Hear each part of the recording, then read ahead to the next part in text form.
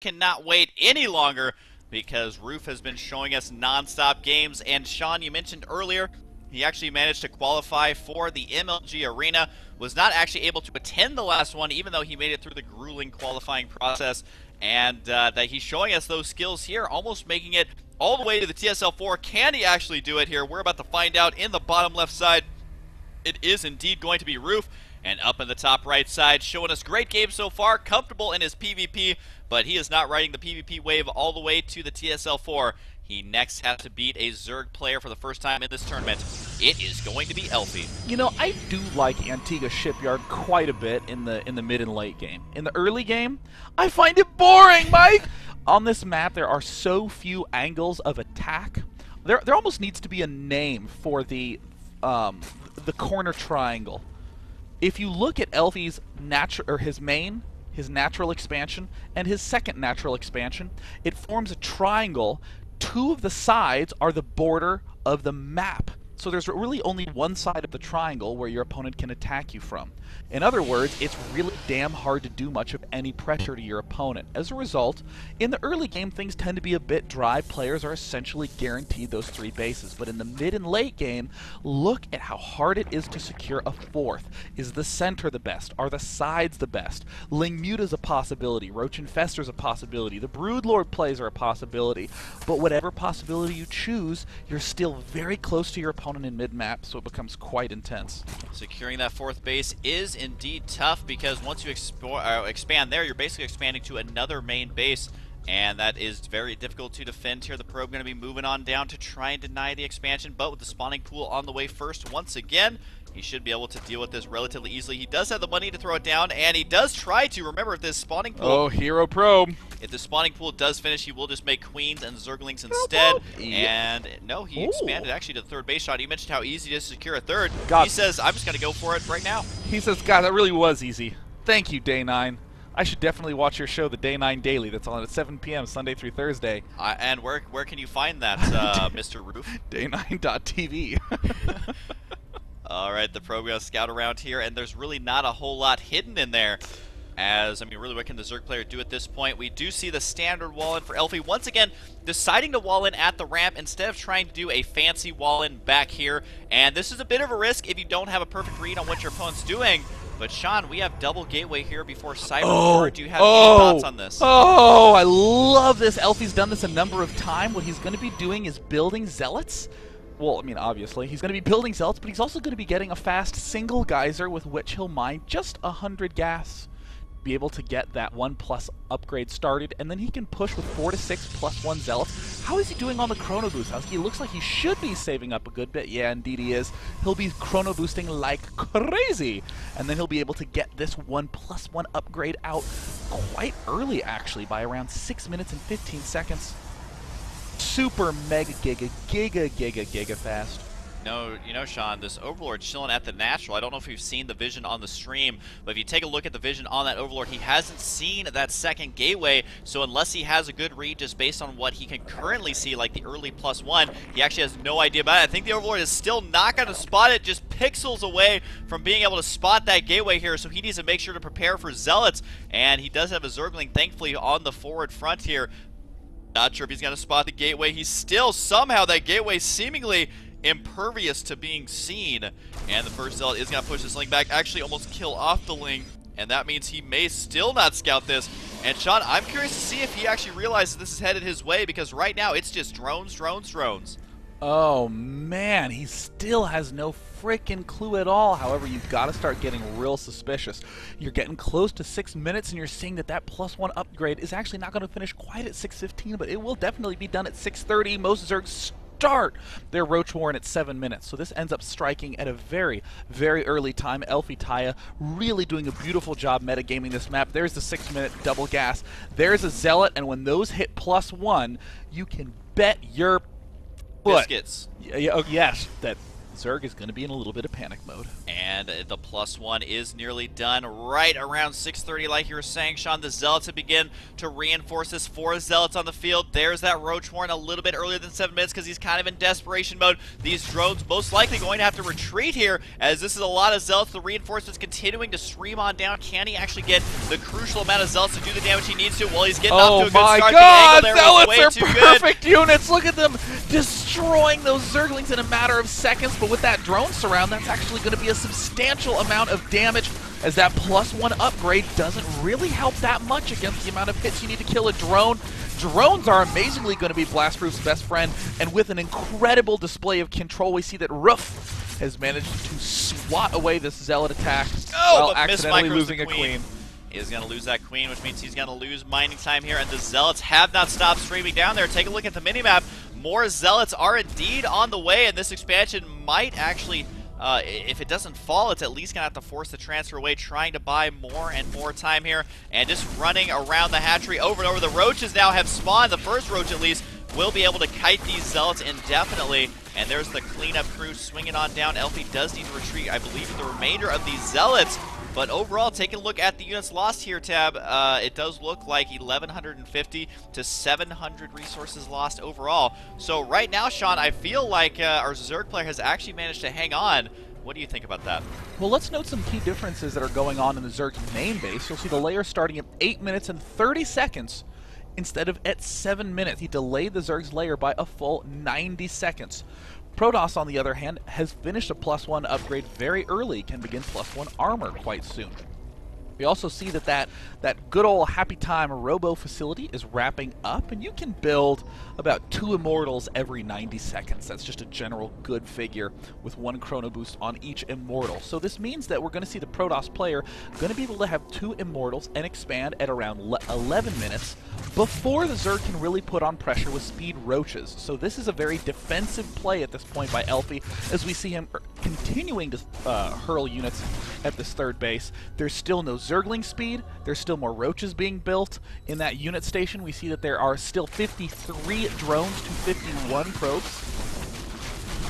The amount of mining time lost here at this third base cannot be underrated. Now, he didn't kill off all the drones or kill the hatchery, but the fact of the matter is he has delayed the economy quite substantially. Was it enough, though, because Protoss players really want to get that big ball of units out? However, he only spent that attack, only invested minerals. No gas was invested there, so it shouldn't slow down his tech all that much. The Overseer, though, going to fly through here, drops out the little changeling. He's going to see every single thing that's going on. Simply put, he has no anti-air, only 2 sentries. It's actually impossible for him to kill off this Overseer. He's got to see even more gateways at the expansion and the Robo.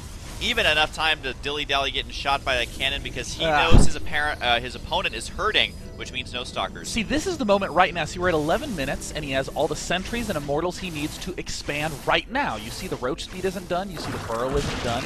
He can get another immortal and an observer and be fine against these kind of attacks. But yet we see Elfie going for the same 2-base play that we did in Game 1. I think that that's kind of a blunder with the 2-gate opening that we saw. The delay and the ability to get the third up is what Elfie really gained, not the ability to have a stronger follow-up push. So now we see that BLAST.Roof is going to be completely prepared. He's getting his 4th hatch up. His speed is done. His burrow is done, etc., etc. And with that 1 immortal going off to suicide, Immortal! Oh, the Immortal is so dead. And the Roach is actually able to take out quite a few sentries, and the force field's not even Roach tight. They are able to escape right there. So Elfie is crumbling a little bit in this game right now, and he needs to make sure that if he's going to put on pressure, he puts it on quick, because there's 14 Roaches in production. I don't know how much damage he can actually do here. The pylon never got established. I think the probe actually got taken out here, so the push is even more and more delayed. Roof should be able to hang on here. He couldn't ask for much better of a situation to find himself in. Just needs to make sure the engagement's good. He decides to go for it. The force field's a little bit scattered here. Oh, the sentries are at the front. The sentries are taking massive damage. The Immortals trying to get in there. The Zealots at the back. The army is being tossed every which way, but still, this force is so powerful from Elfie that he's able to brank through the front lines. Yes, Brank, that's right. He branked it, man. He's branking so hard. 2,300 lost to 3,900. But remember, our Zerg player is on that 3 bases. His worker count is up at 60. Elfie managing, though, to squeeze out 53 probes. I think a retreat here might be a good option. needs to make sure to secure that base, and that Zergling is indeed burrowed. Don't know if we're going to see him kill off 5 Stalkers again to try and do some splash damage. But for now, does he have the Observer out? Yes, he does. But he doesn't know until right then that that is indeed blocked. The Warp Prism moving out with 4 Zealots here. And I would assume he's just going to try to harass with this, but it's going to be tough with those Spine Crawlers. The Warp Prism advancing forward at just the time that he would want. There's a push going on at the front. Does look like we see our Zerg buddy, BLAST.Roof, has more than enough to be able to retreat and go for the Spire, but no, it looks like he wants to continue to apply pressure. I like this play. He wants to try to mess up his opponent's composition as much as possible. I do love throwing down these 5 cannons here. It's something that you'll see quite a bit on this map, where if you have cannons placed at these 2 locations, all of your bases are relatively safe from a basic massive attack. You at least have the cannons to buy you time for you to arrive at the location you need to. Now the Zergling has delayed this Nexus for quite some time. This Zergling is completely not able to block it. The Warp Prism harass, not able to do that much. Again, those Spine Crawlers overall have been defended. Some amazing clairvoyance by BLAST.Roof, actually, to be with that big push happening at his front and then to immediately build 2 spines while the push was going on. That's a very slick little play, but it makes sense as we now see him transitioning into Mutalisks, and look at that gas buildup he has. 9 are going to pop out right away. And that's something that's very important for Zerg, to preemptively save that gas, buy yourself some time, and as soon as that Spire is ready, just go out with a big push. He spots the 3 cannons there. There is no gateway here to protect these cannons from a head-on collision with those Zerglings. That Zergling right there does finally get taken out, already having done his job though. The Warp Prism just trying to scare his opponent by a tiny little bit. And a big Warpins now for Elfie here at his expansion, but does he have any sort of massive tech on the way? He's got the upgrades, but how many cannons does he actually have? It may be too many here, as overall, I mean, this is just a huge investment. If you select all the cannons, you can see that is a lot of minerals gone into those cannons, so he can't really afford to take any economic damage whatsoever because his army is so much smaller because of those cannons. An interesting idea. Oh, wow. Well, okay, so I understand the idea of killing off roaches to free up food, but at the very least attack with the roaches so they can do a non-zero amount of damage. But at this point, I like the transition to going Baneling. We see the creep spreads decent enough, but most importantly, there's a lot of Zerglings in that mixture, and Zerg player doesn't really want to be too stuck with 2 roach heavy of force. We do see also the drop, Ventral Sacs, Overlord speed, kicking in, and this is the interesting mid-game period that we were talking about at the start of the game, where up to this point it's basically been getting some extra bases, but now look at Roof taking the bottom right, taking the top left, Hallucinated Phoenix checking in. There's the Mutalisk trying to distract that army once again. I'm really liking the position Zerg's in, but God, does Elfie have an incredible grasp on getting these nice compositions up.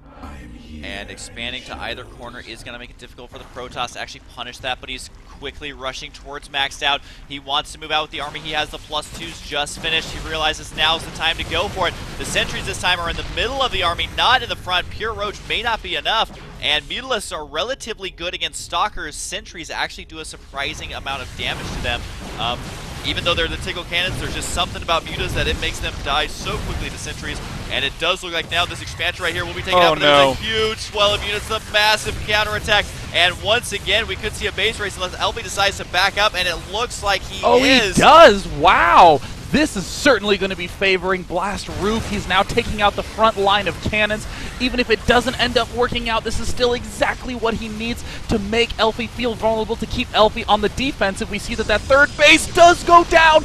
The Stalkers blink under, and Roof isn't moving his Mutalisks. He needs to move the Mutalisks right away, take some incredible damage, but the Roaches are already in the main base, dealing a little bit of hurt of their own, trying to find somewhere to burrow with all these burrowed units all over the place. It is, again, an increasingly difficult situation for Elfie to be in. We see some Roaches burrowed right at the front, keeping an eye on where that army is positioned. We see that the bases in the top left and bottom right are done, but Elfie not going to let that bottom right base finish, sending those Zealots there. And meanwhile, in the mid-map, 40 freaking Banelings, man!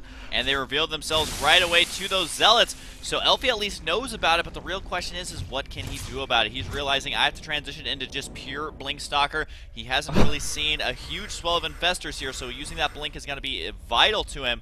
The Observer has spotted these burrowed Roaches in here. This is actually probably doing Roof a favor. Could unburrow them just to try and do a little bit of damage. There's another burrowed Roach army just waiting to pounce. But it does look like these Stalkers having a bit of a difficult time killing off these quickly regenerating roaches there, as they are not all attacking at the same time. But, I mean, managing to kill off 2 bases, that's actually huge for Elfie. But the big Baneling Doom drop, Bane Rain, could be just around the corner. The Overlord's getting filled up with those Banelings. However, Roof doesn't have any upgrades here, Sean. Wait, he has 0 upgrades. Wow. I mean, I know that commentary-wise that's bad because I didn't contribute to the discussion at all. I just sort of repeated what you said, but still, that just shocks me from a player's perspective. I mean, Roof has just shown incredible game judgment start to finish, but in that position, having no upgrades, I mean, it's sometimes easy to fall into that trap of, well, I don't have upgrades right now. I may as well just never start upgrades and continue counterattacking. And we see Elfie's upgrades. He's already at 3-0 attack, getting the armor upgrades. Soon enough, the Zerglings will cease doing any damage. Pathogen glands coming up. We also see the expand count continuing to rise for the Zerg player. There, finally, an evolution chamber goes down, but of course, as the classic mantra goes, when behind, Dark Shrine and 6 Dark Templar make their way through the middle of the map. Alright, he's going to begin splitting these units, trying to take out every single expansion. It's all going to come down to how much damage can these DTs actually do. Look like they'll be able to deny that first expansion here. May be able to spot the Overlords as well, so he knows exactly what he's going to go up against. And I think the attack actually revealed that there are indeed DTs right now. He's moving them back and forth. He decides to attack right now. Needs to be careful here. The Banelings a nice block! They could self-detonate. Does he put them on hold position? He does. Self-detonating those Banelings. Got to be able to take them out. And up at the top left side, the DT is going straight for the hatchery. And it looks like the Spore Crawler's getting closer to finish. The Spore Crawler needs a few more seconds to be done, but God, DTs do a stupid amount of damage when they're that highly upgraded. A full 60 damage a shot. It's not enough. The Spine Crawlers do take them down. But the expansion is now dead, and in the center we see the expansion is also dead. Weirdly, we did all this dancing in every which way, counterattack, Mutalisks, burrowed roaches, Baneling dropping. We are back to a 3-base versus 3-base situation. The trademark experience of this map, the difficulty of getting a 4th for all races. Alright, the Hive Tech done, Ultralisk Cavern on the way. Crackling speed, upgrade the adrenal glands, do make the Zerglings attack faster, but with no upgrades, I just don't know if that's going to be enough. Now, remember, he's only on 3 bases here, so he's not having that much gas income. He's going to have to save as much gas as he can here before the Ultralisk Cavern is done. He needs to free up some supply in an engagement that doesn't completely annihilate his army. He needs to do some damage, free up some supply, but here we go. The big surround by Elfie is actually attacking multi-prog. Could blink, no, decides to retreat for now. One fungal, 2 fungals, but he needs to engage right here with the Banelings. Oh my God, he's going to the Archon side. That's not exactly where he wants to be headed, but there's so many Banelings heading in. The Archon army might be decimated. He does kill off every single Archon. Every single Immortal will fall, but still Elfie Taya has a substantial amount of Stalkers on the left side. The BLAST.Roof using every possible composition of units, now blinking forward, taking that back with that fungal growth. Where are the rest of the units? 126 Zerglings in production. Holy crap, that's a lot of Zerglings. All right, can he actually clean up the army with just pure Ling? It could be a huge boon. Here he goes right now. He does get a huge surround. There's no sentries remaining. 1 blink will save them for now. No. Isn't enough time. The DT is quickly trying to work down this army, but Fungals are going to quickly reveal them. I think the Stalkers may escape, but the supply has definitely taken a hit here. 87 supply to 149. We actually see drones in production here. He wants to get those up to that top left expansion. You can see them rallied up there, going to be moving out right now. Can he win with just pure Zergling right here? This DT, don't attack the Banelings because you will kill yourself. But he does manage to escape there. The 1 armor is now done, though. Oh, it looks like we do see... Oh, no! He loses all the infestors! He loses 2 of the infestors! Still, same amount of drama going on IRL. I mean, that is such a blunderous blunder to perform, and with that Dark Shrine having done some damage, now we see him backing up, building a lot of those Archons. In the gas count, we see Elfie skyrocketing up to a full 1K, now building sentries in this mix. There needs to be roaches, there needs to be some sort of mineral addition to the mix. 110 Zerglings, 16 Stalkers, 5 frickin' Archons. Frick, man.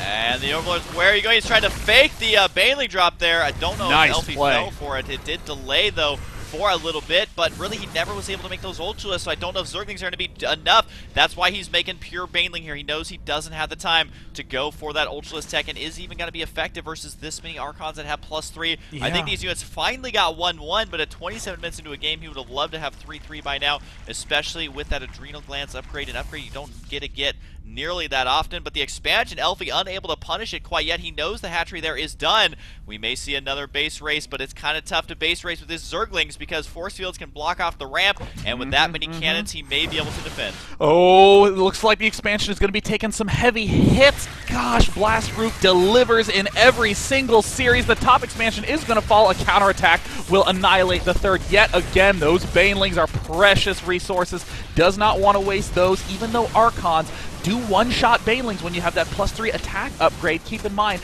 that any amount of clusteredness is always going to benefit the Banelings by a lot. Even if it's Thor's, Banelings are very effective when the count gets over 6. And there we see 7 Archons plus a lot of Stalkers. Oh my god, that was...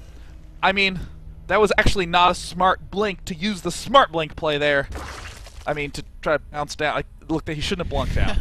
Is what I'm trying to say. Thankfully for him, though, he did not get completely surrounded there. We finally do have Ultralists on the way, and those 2 Ultralists are going to be followed up with chitinous plating, but he's going to need more than 2, I think, to pull this off. He has managed to stay in the lead. He's got the Archons moving up here. The Fungal's going down. Here comes there's the Baneling drop. All the Zerglings streaming in. There's probes coming in as well. The Banelings drop, doing massive damage, but the Archon count still so high. 7 Archons on the field remain, and we see the Ultras trying to step into the fray. Every single frickin' infestor is dying. Did Elfie just do this? How much health do those Archons have? Quite a bit. Now taking everything out. Unbelievable! Elfie wins the game!